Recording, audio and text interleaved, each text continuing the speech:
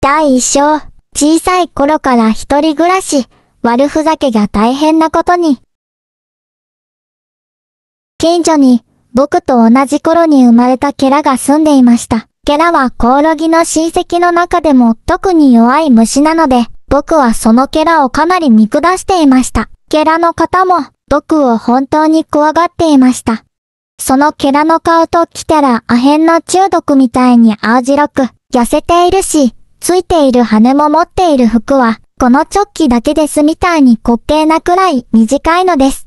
後足はずんぐりとやぼったく、奇妙な前足が触覚の代わり、ぼーっとした顔つきのどうしようもない田舎者でしたね。それに、真面目に仕事をするようなやつでもなかった。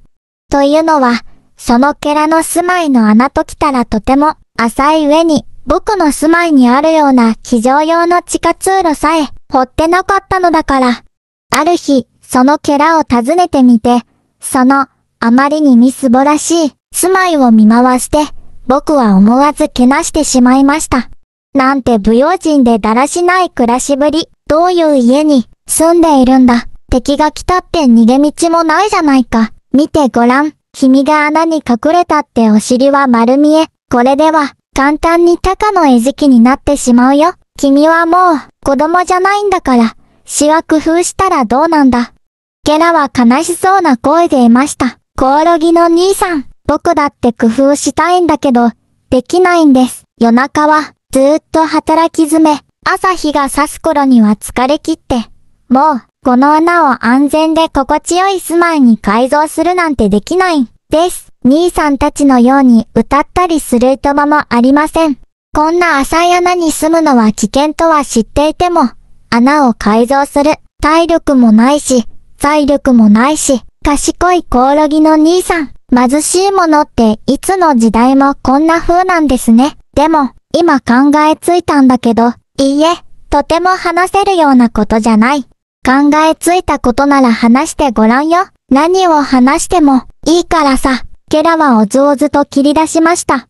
ありがとう、コオロギの兄さん。お言葉に甘えて言わせてもらいますと、僕の穴と兄さんの穴をつなぐ地下通路を掘ってはいけませんか？地下通路があれば、危ない時は兄さんのところまで逃げることができます。僕は歯をむき出しにして偉そうに怒鳴りました。何だって？僕の住まいと君の住まいをつなぐ地下通路だって？そんなこと我慢ならないよ。君なんかフクロウみたいに臭いのに、もう止めだ。泣きべそをかいたってダメだ。君がどんなにだらしないやつかということは、よくわかったから。自分の住まいに戻った僕は、隣のかわいそうなケラのことを、それ以上気にかけるのを止めたのでした。ある昼下がり、僕は家の玄関先に立って、数日前に降った。で、近くの池や沼の水が溢れているのを眺めていました。そこでシラサギやツル、ウナドが餌を探しに来ていて、一羽が小エビを見つけるたびにうるさく言い争っていました。一番弱そうなシラサギは十分な餌にありつけないで、げっそりと寄せていました。でも、それが自然界における弱者の定めなのです。生命の厳しい現実を目の当たりにしている最中に、ふと、一羽のウが僕のすぐ近くに降り立ったことに気がつきました。いたずら心が湧き起こる。ちょっと隣のケラを呼んでみました。返事を待ってから、僕はケラに提案しました。ちょっと面白いことをしてみないかい？どんなことです？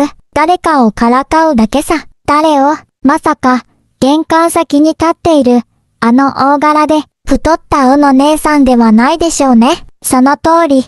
なんてこと、ダメです。僕にはそんなことできやしないし、コオロギの兄さんだってよした方がいいですよ。僕もよした方がいいって、何を言っているんだ。僕は誰も恐怖なんかないぞ。